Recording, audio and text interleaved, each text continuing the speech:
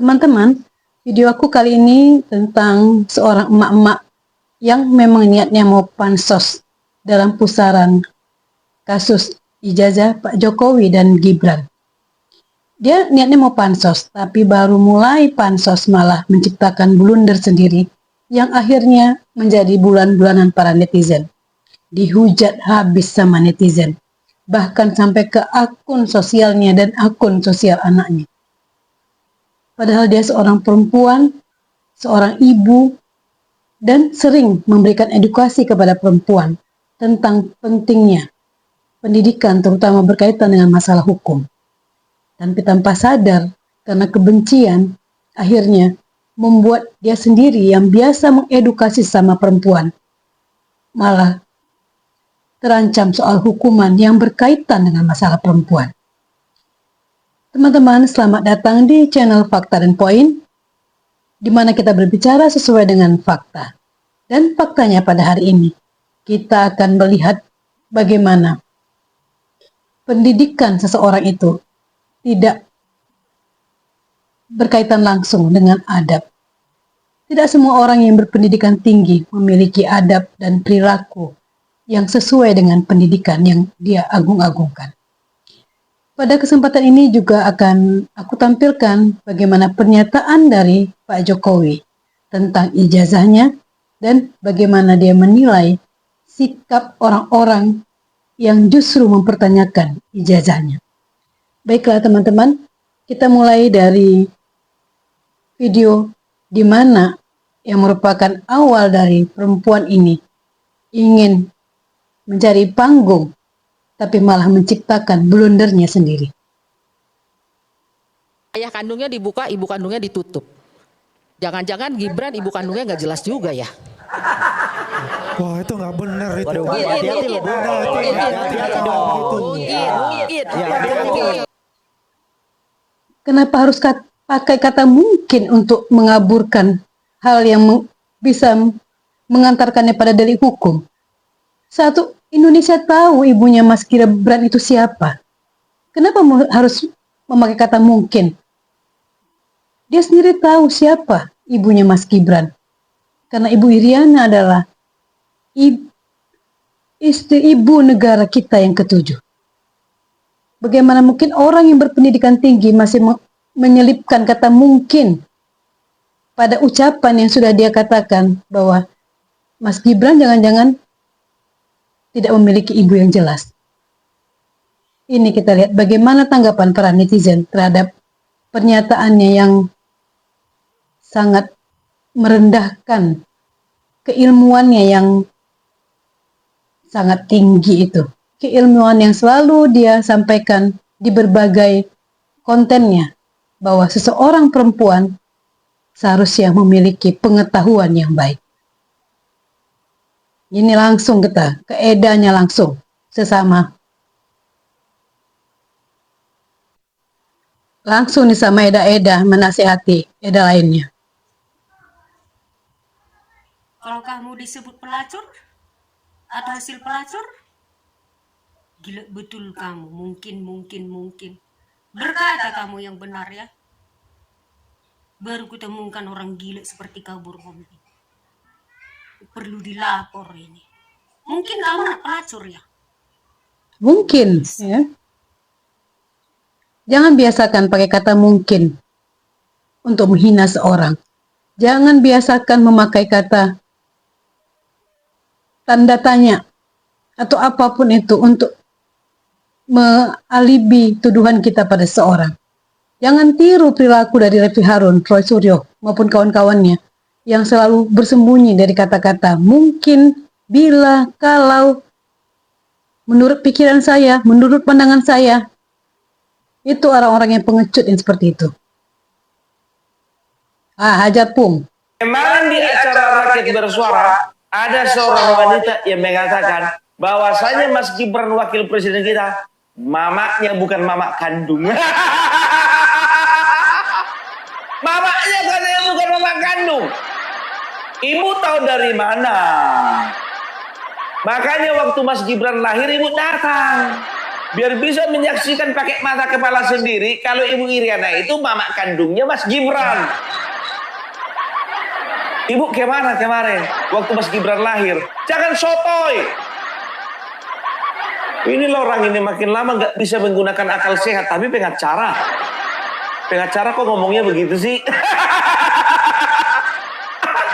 Aku udah bilang sama kalian ya, baik di lingkaran Bapak Joko Widodo, ini objektif loh ya, dan juga di lingkarannya mereka ya, itu banyak sekarang yang cari panggung dan rata-rata profesinya pengacara.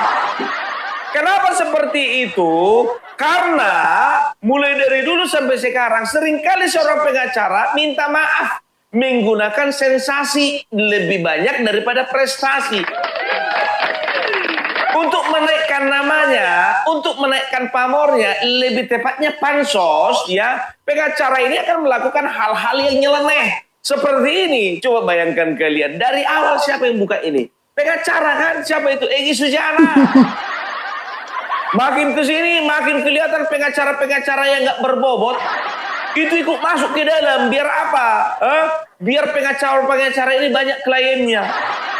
Termasuk Denny Indrayana. Kalau ku bilang sama kalian, kalau memang ada kliennya di Australia, kalau memang banyak kerjanya di Australia, ngapain dia ngadain sayembara di Indonesia? Bikin sayembara dia di sana, Perdana Menteri Australia pertanyakan itu, ijazahnya asli atau palsu. Lebih enak kau bikin sayembara di sana, bukan rupiah dolar. Logika kita dipakai ya. Kenapa dia ke Indonesia bikin huru hara ya dengan dengan membuat sebuah sayembara? Karena apa? Karena di sana nggak ada kerjaan. Makanya dia menciptakan lapangan pekerjaan sendiri untuk dirinya.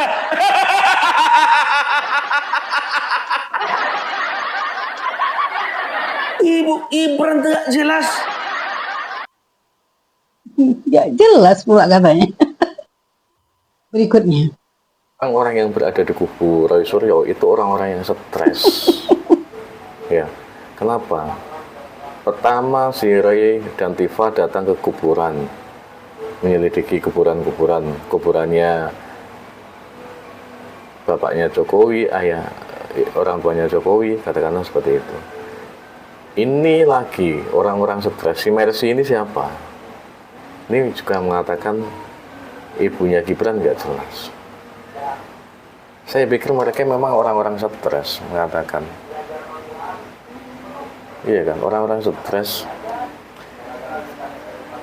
Stop lah, jangan, kalau substansinya tentang masalah ijazah, jangan melibatkan anak, melibatkan orang tua, itu nggak etis, apalagi mengatakan ibu kita nggak jelas.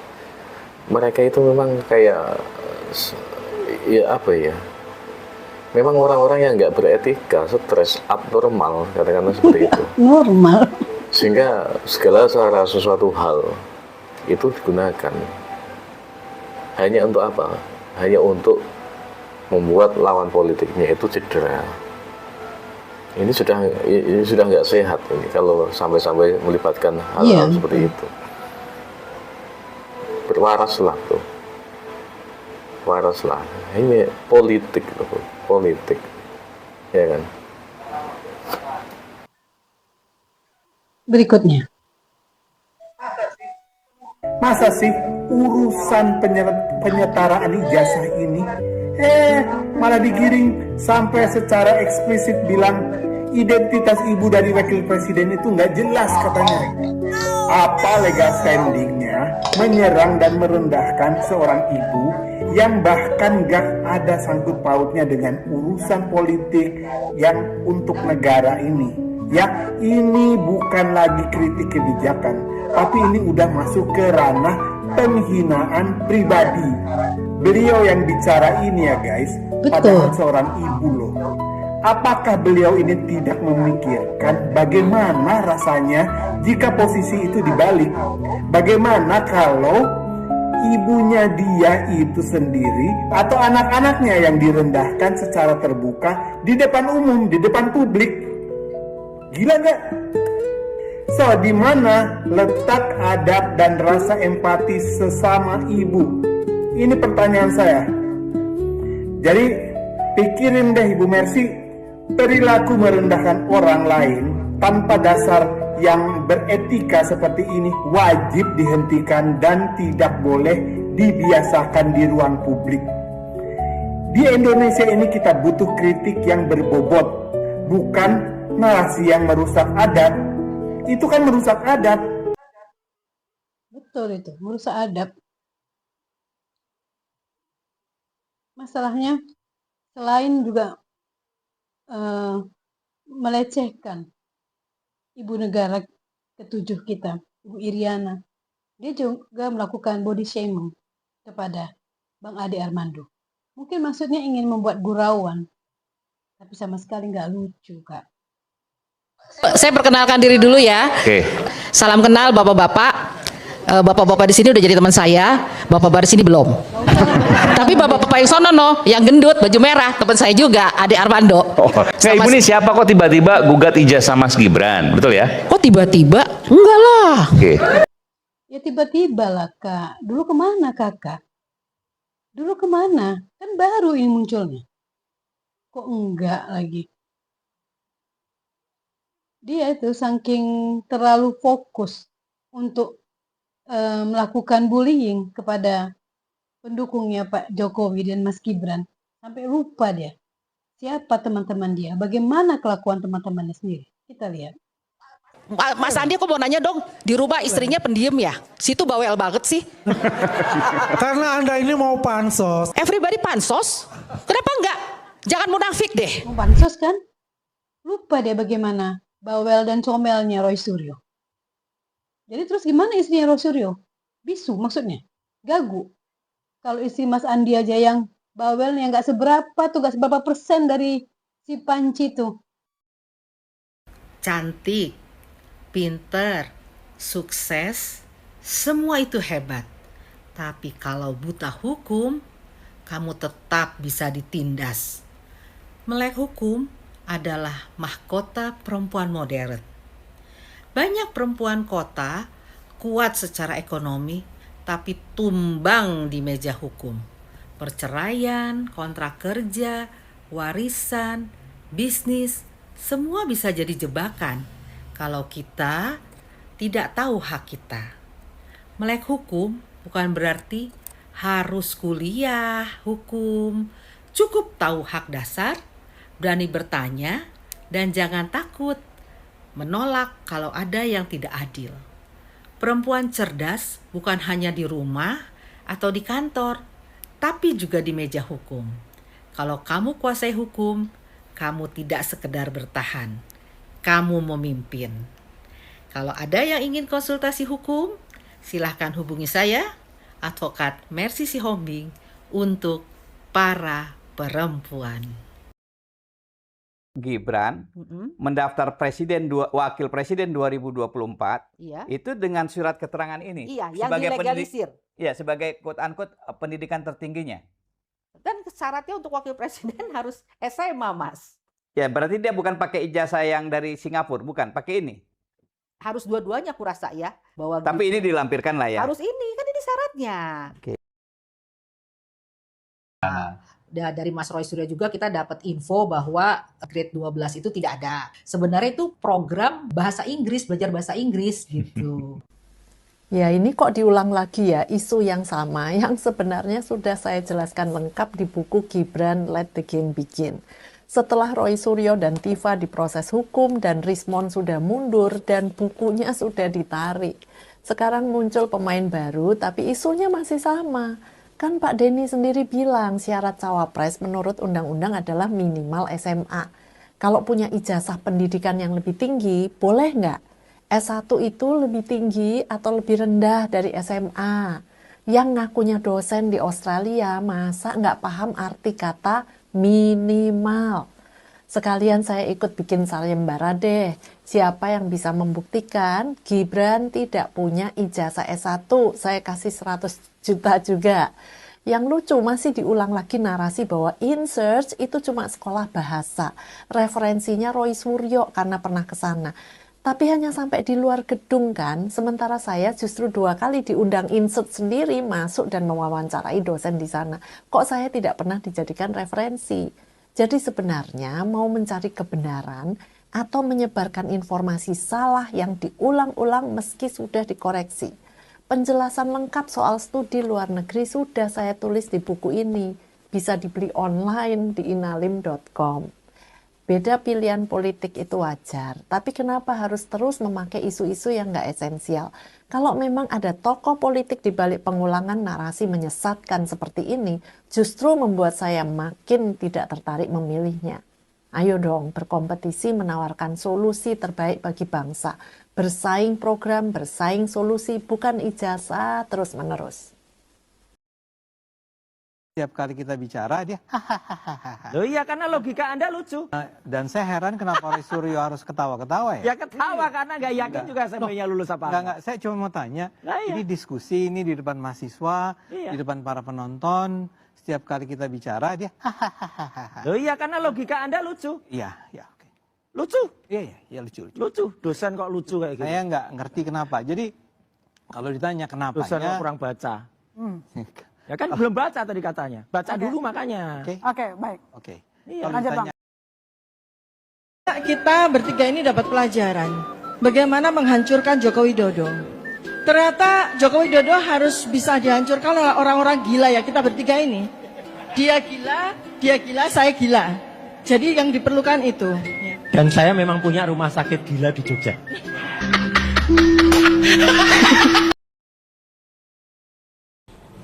Pak, ini isu yang terus bergulir, Pak. Soal ijazah, Pak. Sebetulnya apa sih, Pak, yang terjadi, Pak? Pak Jokowi ini lulus atau enggak gitu, Pak, pertanyaan. Satu republik ya. Satu republik ini tanya itu, nih, Pak. Itu kan sudah saya jawab berkali-kali ya. Sudah saya jawab berkali-kali. Yang pertama, lembaga yang menerbitkan ijazah itu dalam hal ini UGM, rektornya Profesor Dr. Ova Emilia sudah menyampaikan bahwa ijazah saya itu adalah sah dan asli dari UGM, sudah menyampaikan. Dekan Fakultas Kehutanan, Insinyur Sigit Sunarto, PhD juga sudah menyampaikan sah dan asli. Terus siapa lagi yang punya kewenangan? Ya lembaga itu, UGM. Masih kurang. Juga ada lapor di Polri juga sudah ngecek dan sudah menyampaikan bahwa ijazah saya identik dan otentik. Artinya itu sudah dicek dan diuji forensik dibandingkan dengan ijazah teman saya. Sama. Terus apa lagi? Masa Arikang malah percaya pada Roy? Kewenangannya apa dia menyampaikan seperti itu? Ya kan? Dan ini masih proses di pengadilan. Kita bawa ke ranah hukum, ke pengadilan. Nanti pengadilan yang akan memutuskan. Saya mengadukan ini karena memang supaya saya memiliki ruang untuk menunjukkan ijazah saya nantinya apabila diundang di pengadilan, menunjukkan ijazah-ijazah saya baik SD, SMP, SMA, S1, kan saya tunjukkan. Kesannya begini, Pak, sederhana misalnya, banyak orang mengatakan misalnya, Pak Jokowi tinggal saja menunjukkan, ini ijazah saya. Ya, ditunjukkan itu gampang, tapi menuduh itu yang harus membuktikan. Nanti di pengadilan dia harus membuktikan.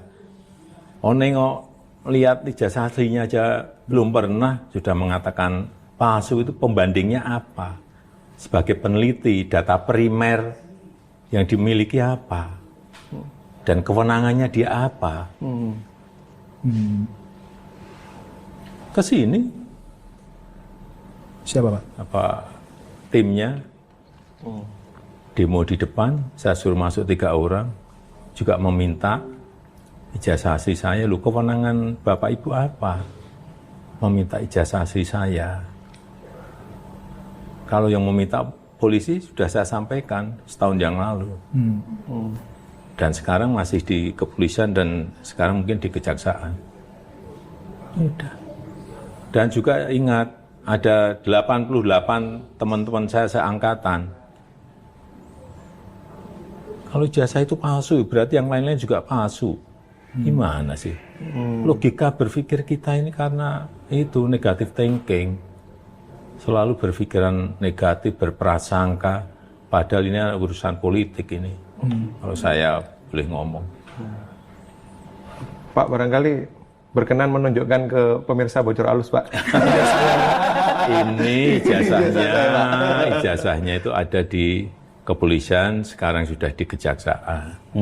Nanti di ruang sidang yang terhormat saya akan tunjukkan.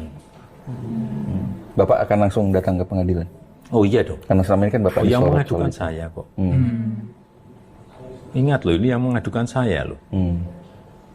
Jadi jangan dibalik-balik. Dan sebetulnya udah masuk ke pokok perkara. Enak sebetulnya yang menuduh itu, tinggal tunjukkan buktinya. Kan malah pra-peradilan, gimana? Kalau memang punya bukti, ya dibuktikan di pengadilan. Bukti-bukti hukumnya apa? Ini sebenarnya masalah ringan, tapi memang digoreng terus, Pak? Digoreng bertahun-tahun. Teman-teman, sampai di sini dulu videoku kali ini.